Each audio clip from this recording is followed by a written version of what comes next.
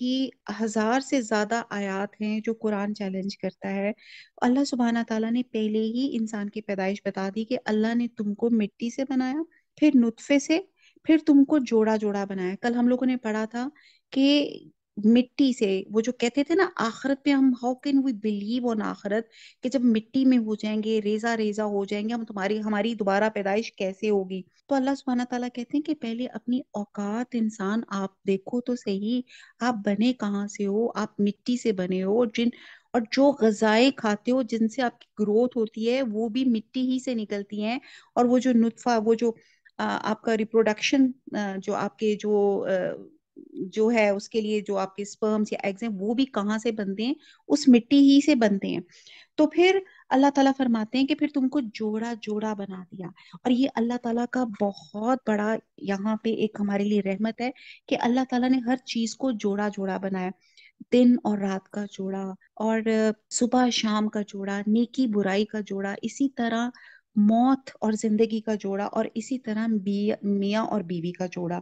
تو یہ اللہ تعالیٰ نے کیوں بنائے؟ تاکہ آپ سکون حاصل کرو ایک دوسرے سے۔ اور آگے اللہ تعالیٰ فرماتے ہیں اور کوئی عورت نہ حاملہ ہوتی ہے اور نہ جنتی ہے مگر اس کے علم سے، اور نہ، اب یہاں بتایا جا رہا ہے کہ یہاں پہ بھی اللہ کی ایسی قدرت ہے کہ جس کے ساتھ کوئی شریک ہو ہی نہیں سکتا، کہ اللہ سبحانہ تعالیٰ نے بتایا کہ کوئی عورت، یعنی کہ اب آپ دیکھیں کہ اللہ سبحانہ تعالیٰ پیدائش کے ہر طریقے پہ قادر ہے۔ اللہ سبحانہ تعالیٰ نے حضرت آدم علیہ السلام کو بغیر مرد اور عورت کے بنایا۔ اللہ سبحانہ تعالیٰ نے مجھے اور آپ کو مرد اور عورت کے ساتھ ملا کے بنایا۔ پھر اللہ سبحانہ تعالیٰ نے جو ایک جس کو کہتے ہیں نا میڈیکلی انفرٹائل کیس، جس میں حضرت ذکریہ علیہ السلام کی زوجہ آ جاتی ہیں، ان کا کپل آ جاتا ہے۔ حضرت ابراہیم علیہ السلام بہت بڑی عمر کے تھے، اور اللہ سبحانہ تعالیٰ نے حضرت جو سارا سے حضرت یعقوب علیہ السلام کی جو خوشخبری، اور پھر حضرت اسحاق علیہ السلام کی خوشخبری دی تھی۔ یعنی کہ اللہ سبحانہ تعالیٰ ایسے بھی اللہ تعالیٰ کن کہتا ہے تو وہ ہو جاتا ہے۔ اور پھر اللہ تعالیٰ فرماتے ہیں کہ یہ کسی کو اولاد دینا اور کتنی اولاد دینا، بیٹیاں دینا، بیٹے دینا یا ملا کر دینا، یہ سب اللہ کے ہاتھ میں ہے۔ اب اور وہ سب جانتا ہے۔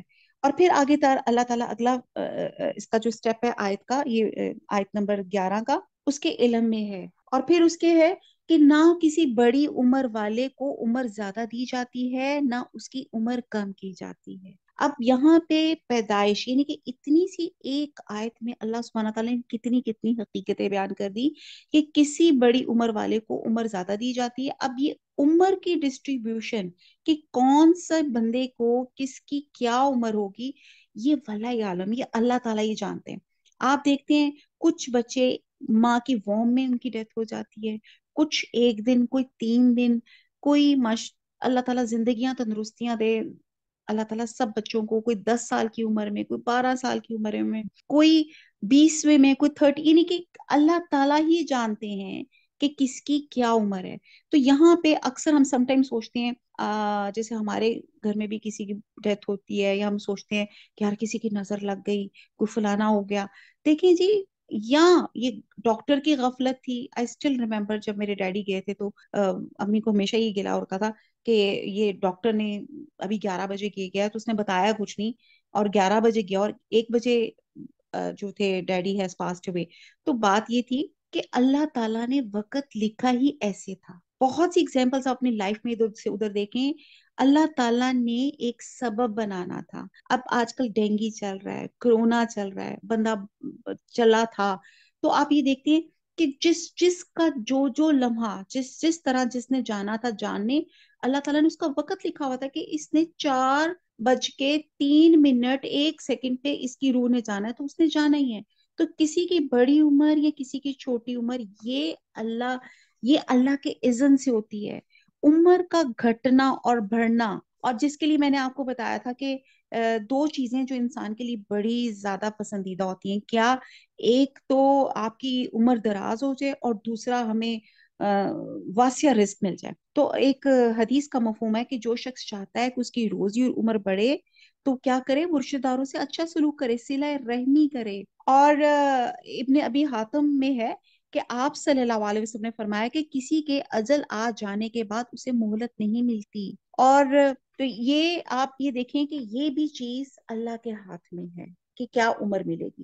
اور آگے لکھا ہوا اللہ فی کتاب، سب کچھ اللہ کی اس کتاب میں لکھا ہوا ہے، ان ذالک علی اللہ یسیر، اور یہ اللہ تعالیٰ پہ انتہائی آسان ہے یہ تمام چیزیں یہ کرنا۔ انسان کی ایک زندگی وہ ہے جو اسے خود ملتی ہے، لیکن انسان اگر زندگی میں ایسے نیک کام کرتا ہے جو اس کے لیے صدقہ جاریہ بن جائے۔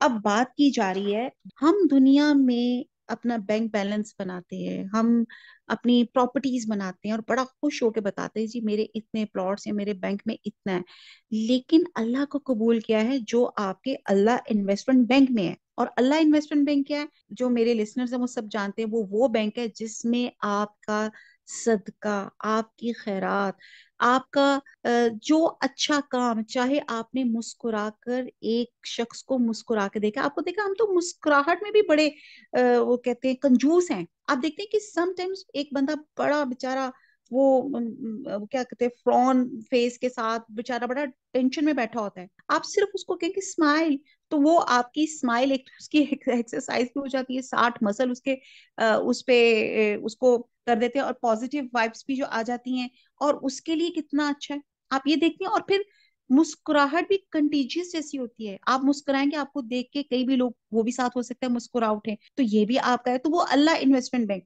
تو یہاں پہ اللہ سبحانہ تعالیٰ نے اس آیت میں ہمیں ایک اور چیز بھی بتائی کہ ہم نے کیا کرنا ہے، باقیات الصالحات، ان چیزوں کے لیے محنت کرنی ہے جن کا مرنے کے بعد بھی آپ کو فائدہ ملے۔ اب وہ کون سی چیزیں؟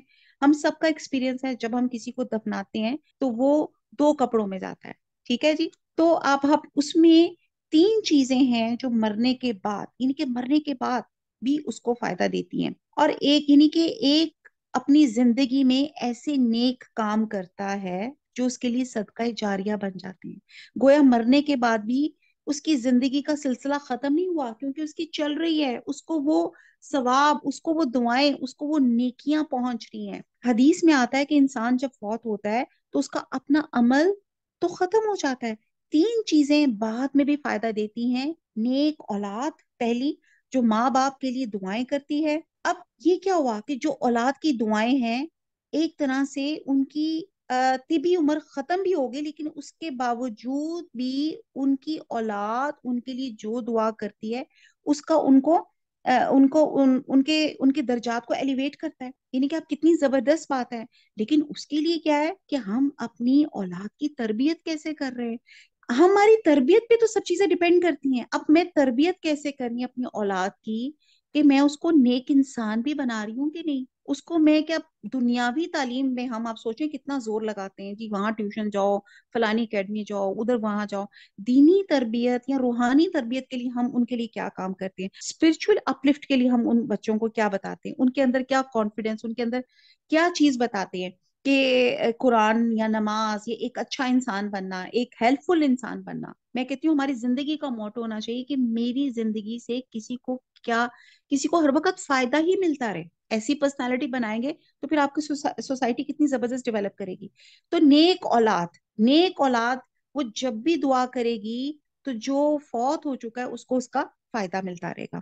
وہ جیسے ایک بڑے مشہور ایک روایت ہے کہ ایک حلوائی کا باپ تھا، وہ فوت ہو گیا، تو وہ جب فوت ہو گیا تو وہ روز اس کے درجات بلند ہوتے تھے، تو اس کے فیلو قبرستان والے جو اس کی وہ روح ہوتی تھی، تمہیں یار روز اتنے تمہارے درجات کیسے بلند ہوتے ہیں؟ تو کہتا ہے میرا بیٹا حلوائی ہے پر حافظ بھی ہے، وہ کام کرتا رہتا ہے اور تلاوت کرتا رہتا ہے، وہ تلاوت کرتا رہتا ہے تو میرے درجات بلند ہوتے رہتے ہیں۔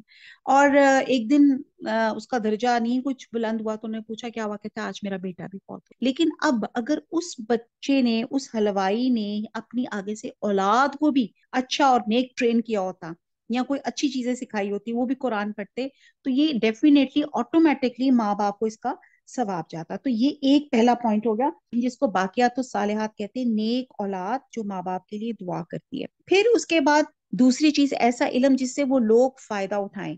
اگر انسان ایسی چیزیں سکھا جاتا ہے یا ایسی کتابیں لکھ جاتا ہے یا کوئی علم کا کام کر جاتا ہے تو چاہے وہ مر بھی جائے، اور جب تک لوگ اس کے علم سے فائدہ اٹھاتے رہتے ہیں اس کو ثواب پہنچتا رہتا ہے، تو وہ شخص مرنے کے بعد ایسا ہے کہ گویا زندہ ہے، چاہے جیسے کہ وہ خود اپنے لیے کچھ کام کر رہا ہے، حالانکہ وہ خود نہیں کر رہا، اس کا باقی چھوڑا ہوا کام ہے جو انشاءاللہ ہم سورہ یاسین میں پڑھیں گے، قدموا آثارہم کے سلسلے میں، کہ وہ کام ہے وہ جو کر رہے ہیں۔ اور پھر تیسری چیز صدقہ جاریہ، یعنی کہ صدقہ خیرات کے ایسے کاموں میں پیسہ لگانا جس کا ثواب بعد میں بھی انسان کو پہنچتا رہتا ہے، یعنی کہ نیکی کے کاموں میں، خلق خدا کی بھلائی کے کاموں میں ایسے کام۔ تو ہم لوگوں کی دوڑ پلاٹس بنانے کی بجائے اس کے ساتھ ساتھ، چلیں وہ بھی آپ بنانا چاہ رہے ہیں تو اس کے ساتھ ساتھ آپ یہ سوچیں کہ میرا ان تینوں میں کیا میری کوششیں ہیں کہ ان تینوں پوائنٹس پہ میں کام کر رہا ہوں کہ مرنے کے بعد بھی مجھے فائدہ ملے۔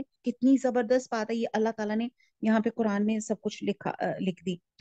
پھر اس کے بعد یہاں پہ بات کی جا رہی تھی کہ اللہ سبحانہ تعالیٰ نے جیسے یہاں پہ اس کی آیت کے شروع میں لکھا کہ اللہ تعالیٰ نے انسان کو پیدا کیا، پھر نطفہ، پھر اس کو جوڑا، تو یہاں پہ ایک اور چیز بھی پتہ چلتی ہے کہ جیسے ہی ایک بچہ رحم میں جب اس کی پازیٹیو اس کا جب ریزلٹ آتا ہے، جب پتہ چلتا ہے، اللہ تعالیٰ نے اسی وقت وہ لکھ دیتے ہیں کہ وہ یعنی کہ ہر چیز کتاب میں لکھی ہوئی ہے، یعنی کہ قیامت تک کی جن جن لوگوں نے پیدا ہونا ہے، وہ اللہ تعالیٰ نے آلریڈی کتاب میں لکھا ہوا ہے، اور باقاعدہ ہر بندے کا بایو ڈیٹا، اس کی جو لائف میں اپ کمنگ ایونٹس ہیں، جو اس کی زندگی میں، وہ ہر چیز جو ہے اللہ سبحانہ تعالیٰ کے پاس ہے کہ وہ بچہ یہ بڑا ہوگا، وہ کیا ہوگا، اس کو نعوذ باللہ کوئی اگر بیماری لگے گی یا اس کو کسی بھی طرح کا کوئی ایکسیڈنٹ، یا اس کے کتنے بچے ہوں گے، کس عمر میں شادی ہوگی،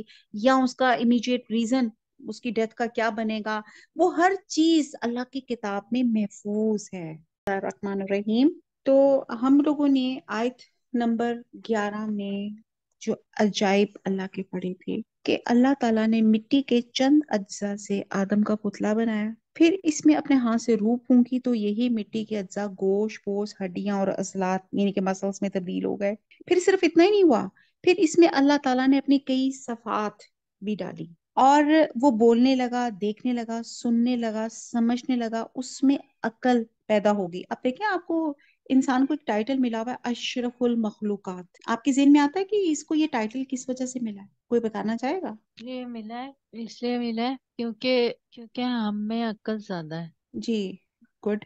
اور ہمیں اللہ نے فرشتوں کے بعد ہمیں اللہ نے نماز پڑھنے کا حکم دیا ہے، جی، اور اچھی اپروچ تھی۔ میں عقل سمجھ بھی دی ہے کہ ہم اچھا نیکی اور گناہ میں تمیز کر سکیں۔ ویری اور گڈ۔ اس لیے بھی دیا کہ ہمیں اختیار دیا کہ ہم اپنے فیصلے خود کر سکیں۔ جزاک اللہ، جزاک اللہ جی، ویری گڈ ایڈیشن۔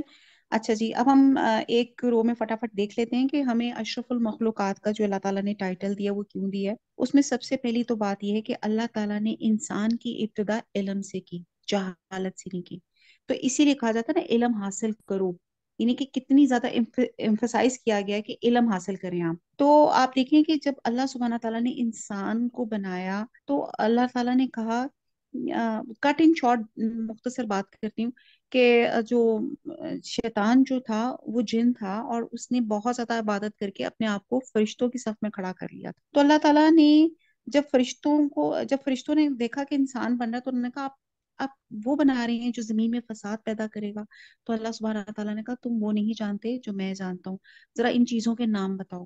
اور فرشتے لاجواب، انہوں نے کہا ہم تو اتنا ہی جانتے ہیں جتنا اللہ تعالیٰ آپ نے بتایا۔ تو اللہ تعالیٰ نے جب انسان کو بنایا تو اس کو عقل، شعور، یہ تمام سمجھ، علم عطا فرمایا کہ وہ اس کو نہ صرف چیزوں کے نام بتائے بلکہ ان کی کیمیکل فزیکل پراپرٹیز بھی بتائی۔ تو جیسے یہ ایک علم دیا، پھر اس کے بعد اللہ تعالیٰ نے انسان کو اختیار دیا۔ اختیار کیا؟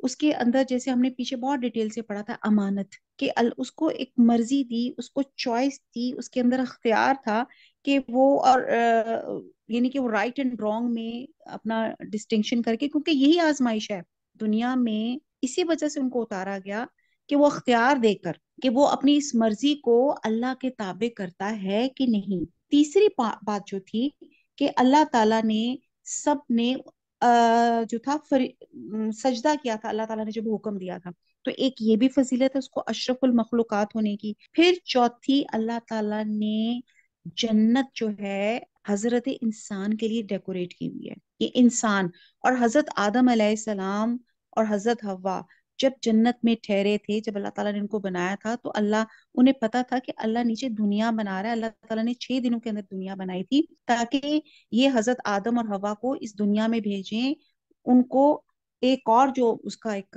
اور امتیاز ہے اشرف المخلوقات کا، اپنا خلیفہ بنا کے، نائب بنا کے، اختیار دے کے کہ یہ جاؤ اور یہ تمہارے سامنے نیکی بدی دونوں کا راستہ ہوگا، اب یہ آپ کی چوائس ہے، آپ کیا آپٹ کرتے ہو، اور اس حساب سے پھر آپ کا جزا اور سزا جو ہے اسی کے اوپر ڈیپینڈ کرے گا۔ تو یہ 3-4 چیزیں تھیں جن کی وجہ سے ان کو اشرف المخلوقات، بہرحال یہ ایک لمبی بحث ہے کہ اللہ تعالیٰ نے ان کو اشرف المخلوقات یعنی کہ دیا، اس کے اندر فہم آیا، اور پھر اس کے بعد سے پھر اللہ تعالیٰ نے، جیسے اللہ تعالیٰ رحیم ہے، تو اللہ تعالیٰ نے وہ ایک صفت جو تھی ماں کے اندر ڈال دی، اس کے رحم کے سلسلے میں، اس کے اندر یوٹرس جو اس کا ہے، اور وہ جو اللہ تعالیٰ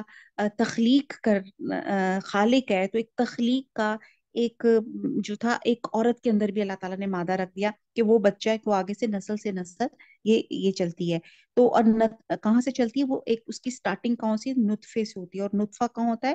مٹی کے بے جان عناصر سے حاصل کردہ چیز ہے، اور اس حقیر سے قطرے میں انسان کے بہت سے اس کی کریکٹرسٹکس اس کے اندر آ جاتی ہیں۔ بہرحال یہ بھی ایک لمبی بحث ہے۔ تو اللہ نے جن سے انسان کو مرد اور عورت کی 2 کیٹیگریز میں تبدیل کیا، اللہ تعالیٰ کے عجائبات کا ہم کہاں تک ذکر کریں؟ اور پھر ہم دیکھتے ہیں کہ رحم مادر میں اللہ تعالیٰ ہر پیدا ہونے والے بچے کی طرف انفرادی توجہ دیتا ہے، اور اس کے اندر رحم مادر میں، اس کے وارم میں، اس کے اندر کیا کیا ویریشنز، کیا کیا چیزیں ہو رہی ہیں، اس کا ماں کو بھی علم نہیں ہوتا۔ پھر جیسے میں نے پچھلے میں بتایا، ایکچولی یہ ڈیٹیل میں نے اس لیے دوبارہ سے کر رہی ہوں کیونکہ ایک پوائنٹ میرا رہ گیا تھا کہ جہاں سائنس آج بتا سکتی ہے ایک بچے کے کہ اس کے وارم کے اندر، اس کے الٹرا ساؤنڈس وغیرہ کے ساتھ، یا جتنے بھی 3D آج کل جتنے بھی لیٹسٹ آپ کے پاس ریسرچ میں اکوپمنٹس اور تمام چیزیں آ گئی ہیں کہ آپ بچے کے اندر سے آپ اس کا کلرڈ الٹرا ساؤنڈ یا کلرڈ بھی آپ اس کا سارا وہ دیکھ سکتے ہیں، تو وہ اس میں آپ دیکھ سکتے ہیں کہ اس میں کوئی نقص ہے کہ نہیں، وہ لڑکا ہے یا لڑکی ہے۔ لیکن اللہ تعالیٰ نے وہ لڑکا بد ہوگا یا نیک ہوگا، وہ کس طرح کا ہوگا، کن عادات کا ہوگا، کیا ہوگا، یہ اللہ کی کتاب میں ہر چیز مینشن ہے کہ وہ کہ وہ کس عمر میں مرے گا، کیا رزق ملے گا، کیا انجام ہوگا۔ تو یہ جو آیت نمبر 11 ہے، اللہ تعالیٰ کی خالقیت، اس کی لامحدود اور ہر چیز پہ مکمل تصرف پہ روشنی ڈالتی ہے۔ ابھی جو میں نے اتنی ساری دوبارہ سے ریپیٹ کیا، صرف اس بات پہ کہ ہم سائنس ایک بچے کا الٹرا ساؤنڈ کر کے یہ نہیں معلوم کر سکتے وہ اچھا نکلے گا یا برا نکلے گا، اس کا نصیب کیا ہے۔ تو یہ تمام چیزیں اللہ کی حاکمیت، اللہ تعالیٰ کا وسیع وسعت، اور اللہ مطلب قربان جائے اللہ تعالیٰ کہ کیا اللہ تعالیٰ نے کائنات بنائی، اور یہ کائنات بھی اللہ تعالیٰ نے انسان کے لیے بنائی۔ آپ دیکھتے ہیں کہ ابھی ایک آم کا درخت ہو کہ آم کے ہائے ہائے فٹافٹ آم لگ گیا، نہیں کھا لوں، آم کس کے لیے لگ رہا ہے؟ انسان کے لیے لگ رہا ہے۔ اسی طرح جتنے بھی بہرحال جو بھی کائنات میں آپ کے فصلیں اور یہ تمام چیزیں ہیں، یہ تمام چیزیں کس کے لیے بن رہی ہیں؟ وہ انسان کے، اس کے زبان کے چسکے کے لیے، اس کے بیلنس ڈائٹ کے لیے۔ بہرحال یہ پھر ایک لمبی بحث ہو جائے گی۔ وما علینا الا البلاغ سبحانک اللہم وبحمدک نشہد لا الہ الا انت نستغفرک ونتوب الیک۔ والسلام علیکم ورحمۃ اللہ وبرکاتہ۔